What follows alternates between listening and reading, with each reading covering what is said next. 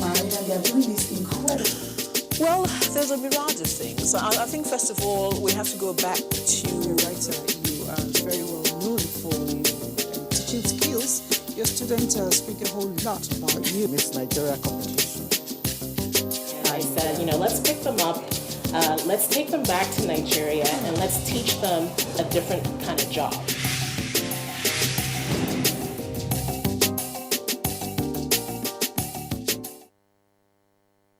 In the words of Christian Dior, after women, flowers remain the best thing God created. And by direct translation, I simply say that women remain the best thing God created. Flower comes after that, even before the men. They were always there to complement each other. Take it or leave it. Women are the spice of the earth, the salt of the earth. All right, on that lovely note, I welcome you to the show, the woman. And I have a guest here who has done a whole lot, and ask me, I'll tell you, she is much more than the flower. She is much more than just the woman on the road. She's much more than a mother. She's done a whole lot of things to enhance the lives of people, especially within Benue State. Join me as I welcome her, but that will be after this time out. I don't think in gender boxes at all. I just get on with it. A man that would dare to ask the wife, who do you think you are? That is a real man. In fact, our husbands are our firstborns. The husband needs more attention than even the children. It's not only about work, it's not only about family. They need to take the time to look after themselves, and we don't. We don't do that. They took my money. I paid every fees. I never asked to be hoisted as a governor. I wanted to be allowed to go out there and contest for the position of governorship candidate first. There's nothing greater than looking back and seeing that while you were aspiring, you were able to inspire others. Power to women. Yes. We need to have more women, more multitaskers around Nigeria to get Nigeria working. Definitely.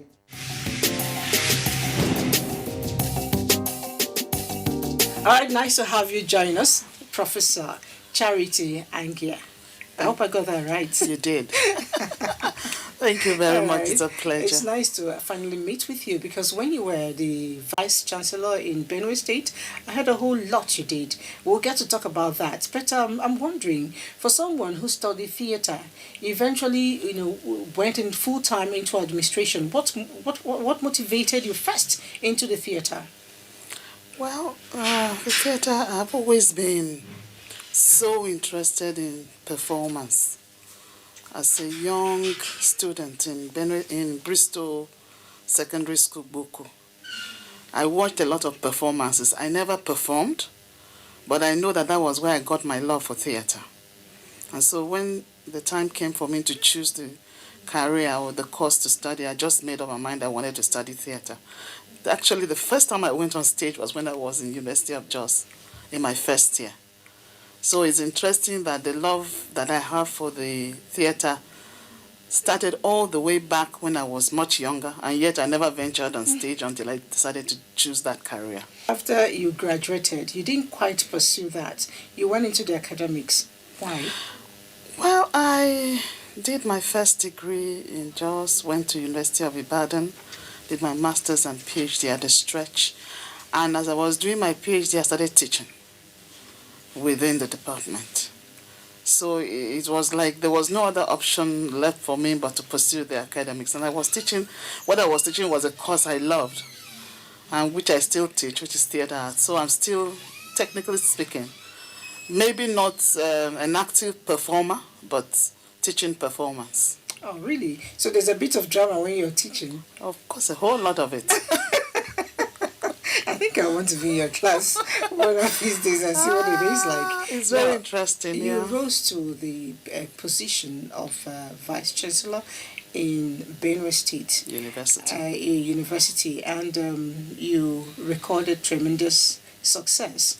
But at the time, too, it wasn't that easy. Let's share some of the experiences. I mean, the challenges you had. I'll get to what you enjoyed most, but let's face the challenges first. Because it's not always easy to find women who, climb to that position and, stay for that length of time. But you did.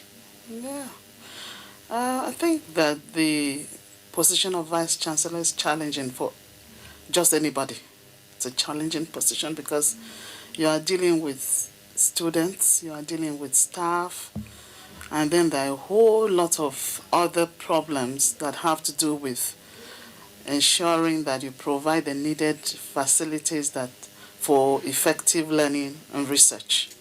So it's not an easy job, but the first challenge I faced as a woman was even in the contest. In the contest? Yes, I was one woman contesting with 10 men. Ooh. So you weren't scared or something? No, I wasn't. It was a familiar environment. Yeah, I've always been in the academics, so for me, that didn't even, it wasn't a factor for me.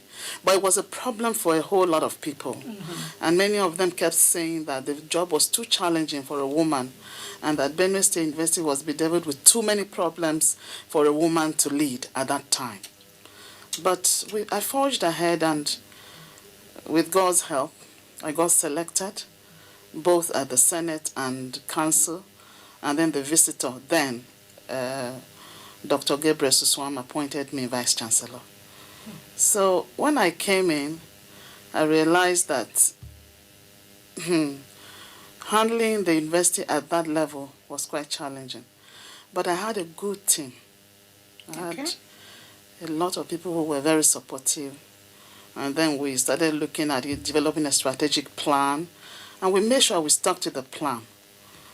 I think that was what helped us to overcome many of the challenges and then to set Benue State on the course of development, Benue State University, on an effective course. We developed the university, built the university library, built so many other structures, and not just structures.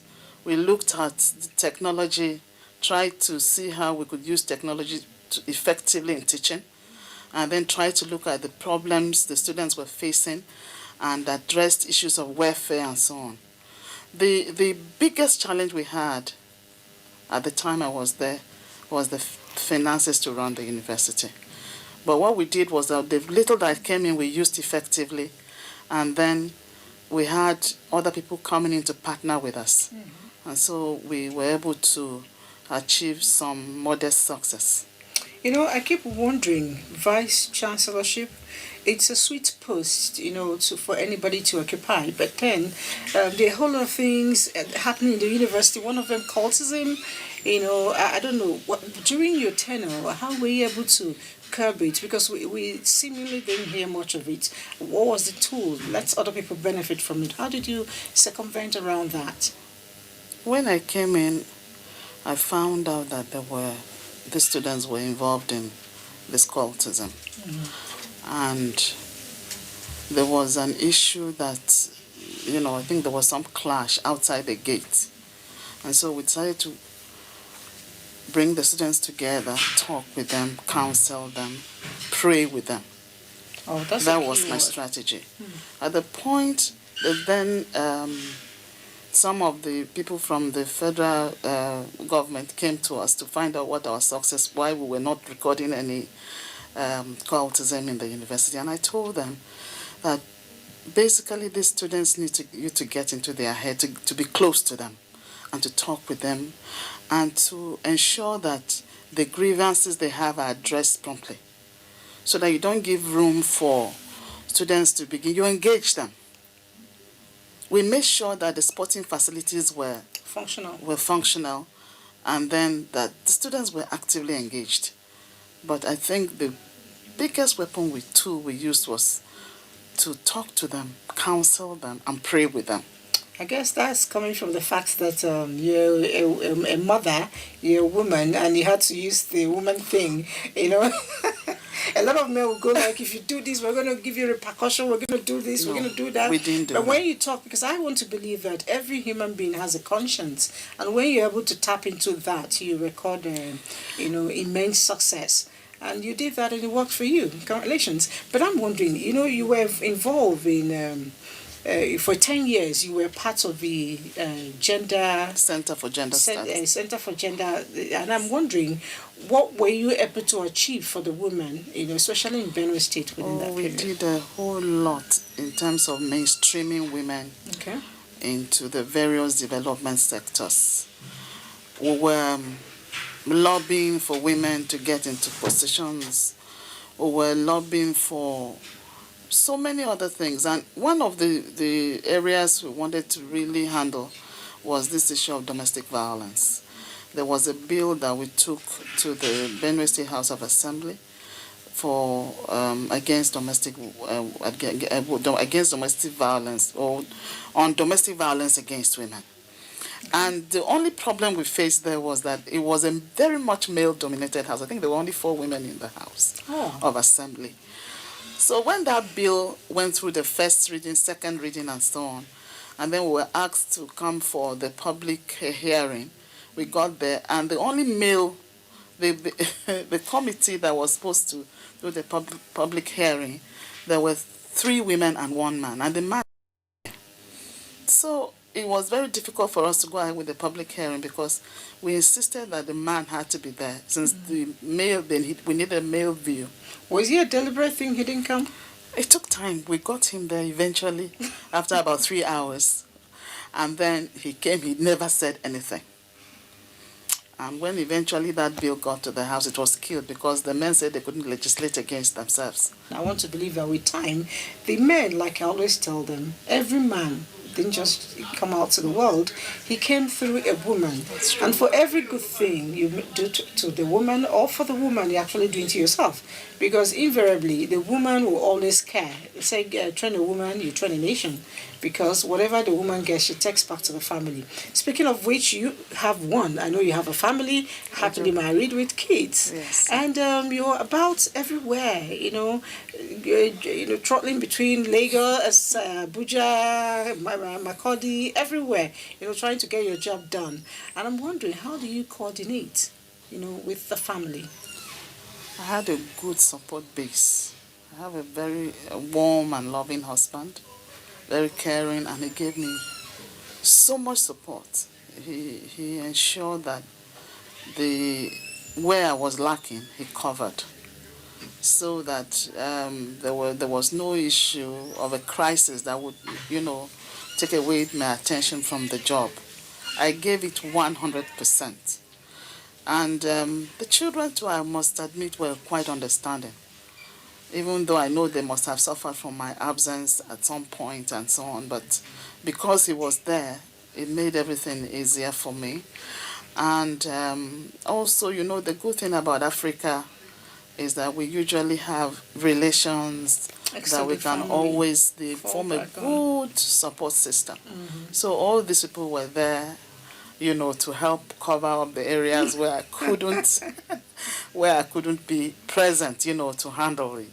So I want to say that is maybe part of what we have that makes our families very strong, even though women are engaged in these jobs or occupations. I'm going to go with you to your home to get to find out what happens. Probably share a bit or two within your environment, see how you work. But then, before I do that, because I will be talking strictly family, I'd like to know, being what you have been and going through and back, what would you say is your moment of Eruka? When you say, oh, I have done it and I've done it well. Well, I cannot say that I had just one moment. Okay. There were 2-3 moments like that. When one of the problems that Benue State University had been confronted with was the issue of our medical students graduating. Okay. They had stagnated for so long, it was a nightmare. And the students had become very restive. So when we were finally able to get the students to graduate, I tell you, I think that was the moment. That was the moment when I understood why I had become Vice Chancellor. Even as you speak, I see the smile on your face. No, it was a beautiful moment. And it was a rewarding moment because we spent sleepless nights We spent so much time agonizing, but at the end of it, we made it. You always make it. And on the woman, which is the show you're in, we always ensure that our friends who are watching us, who joined us, get to have a total package of what we have. And so right now, I'll be taking you to the other side. I mean, my guest environment. Let's get to see her in her own element. Don't go away.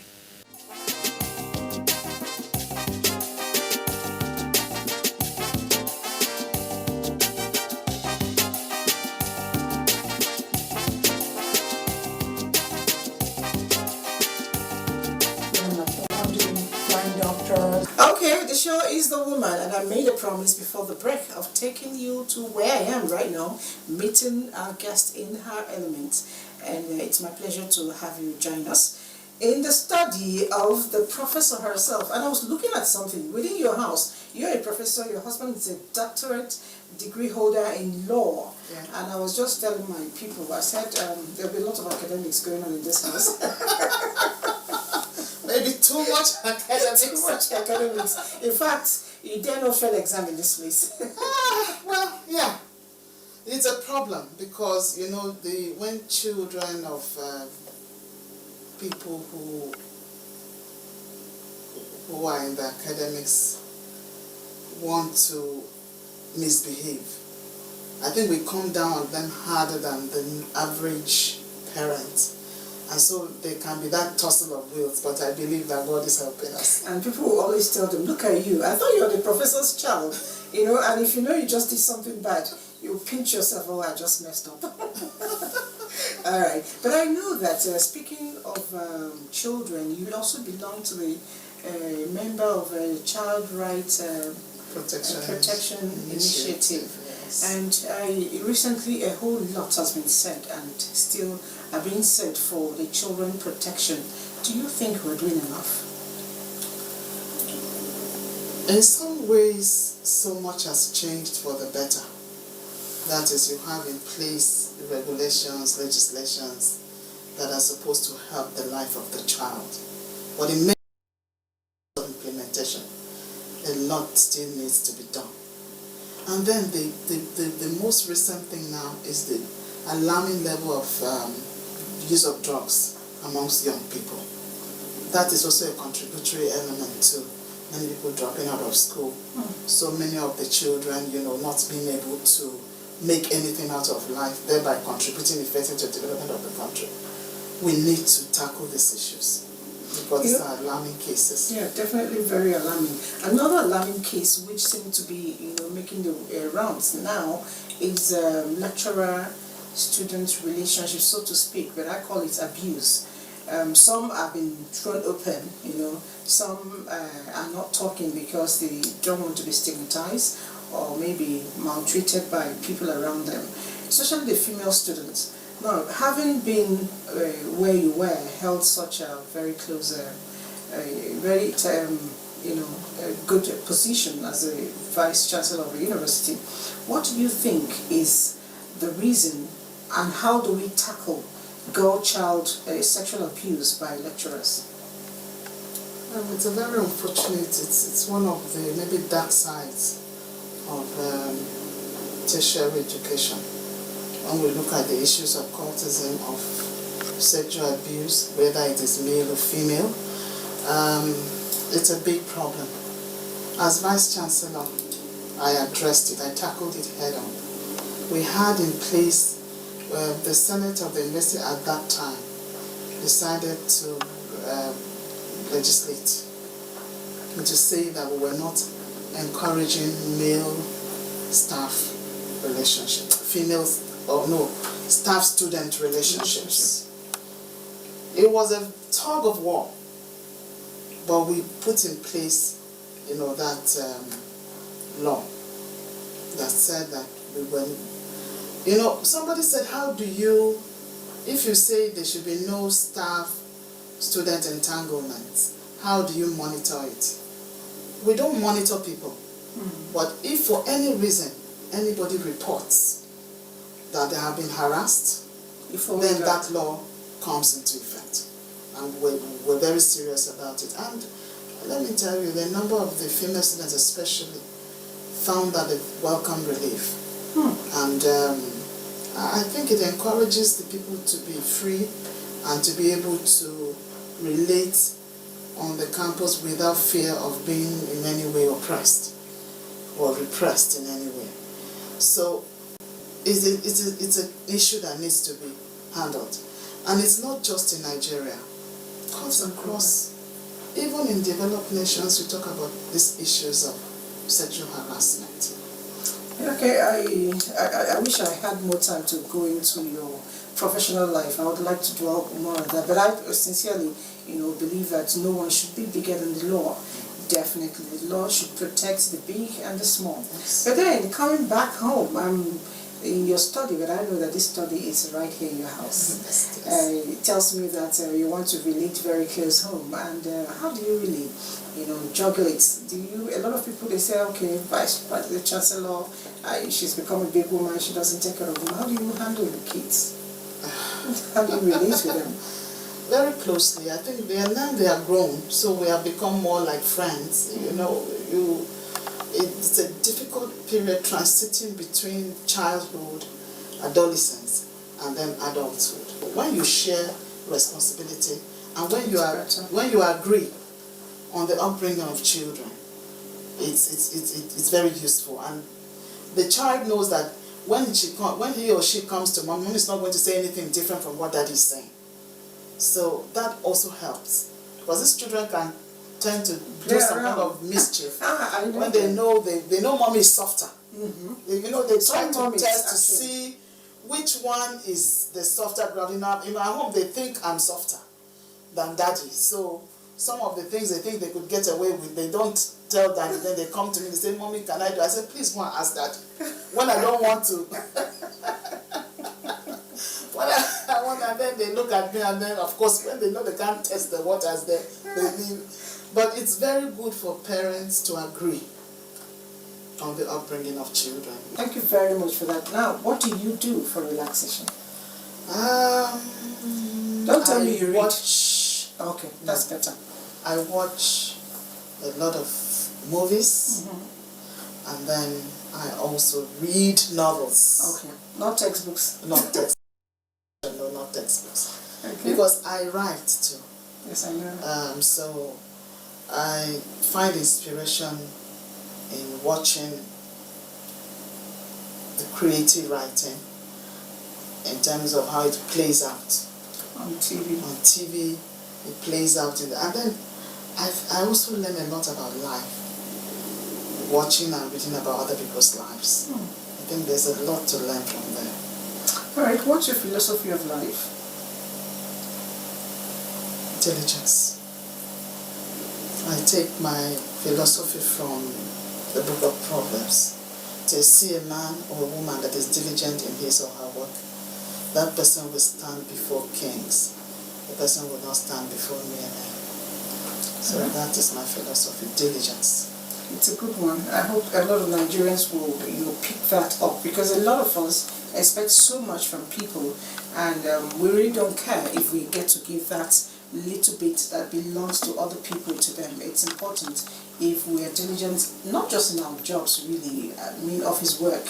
I believe if you're diligent with your relationship, diligence with your home, diligence with your friends, attention to them, it's important. Yeah. All right, thank you so much. I've had fun. A little bit told me that sometimes too you sing. Yeah. Well, anytime I get excited, I sing. I told you that. Okay, let me say you're excited now. What would you like to sing? I'm such a religious person. It's good. So most of my songs are worship songs, songs that talk about the gospel. Okay, so let's see your favorite. Okay, I can just maybe sing one stanza. Okay. No, I wasn't prepared for this. The news came to Jesus, please come fast. Lazarus is sick, and without your help, he will not last. Mary and Martha watched their brother die. They waited for Jesus. He did not come. They wondered why. That's a good one. I wish I had a voice. I would have helped you out. But unfortunately, I didn't. Thank you, Prof. You know, it's not every day I meet professors who are not overbearing. You're down to earth, and I say keep it up. Thank you very I've learned a whole lot sitting with you for the length of time I have. All right, that's where we wrap it up. Don't forget what I started with, that the best thing God created is the woman. Some say it's a flower, but I tell you, flowers, women, no difference. We're always there to spice up your life. Bye.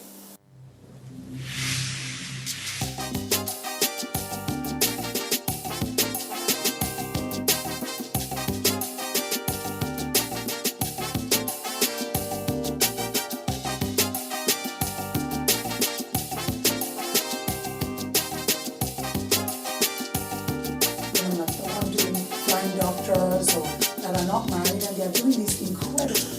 Well, there's a mirage of things. So I think first of all we have to go back to Writer, you are very well known for your teaching skills. Your students speak a whole lot about you. Miss Nigeria competition. And I said, let's pick them up, let's take them back to Nigeria, and let's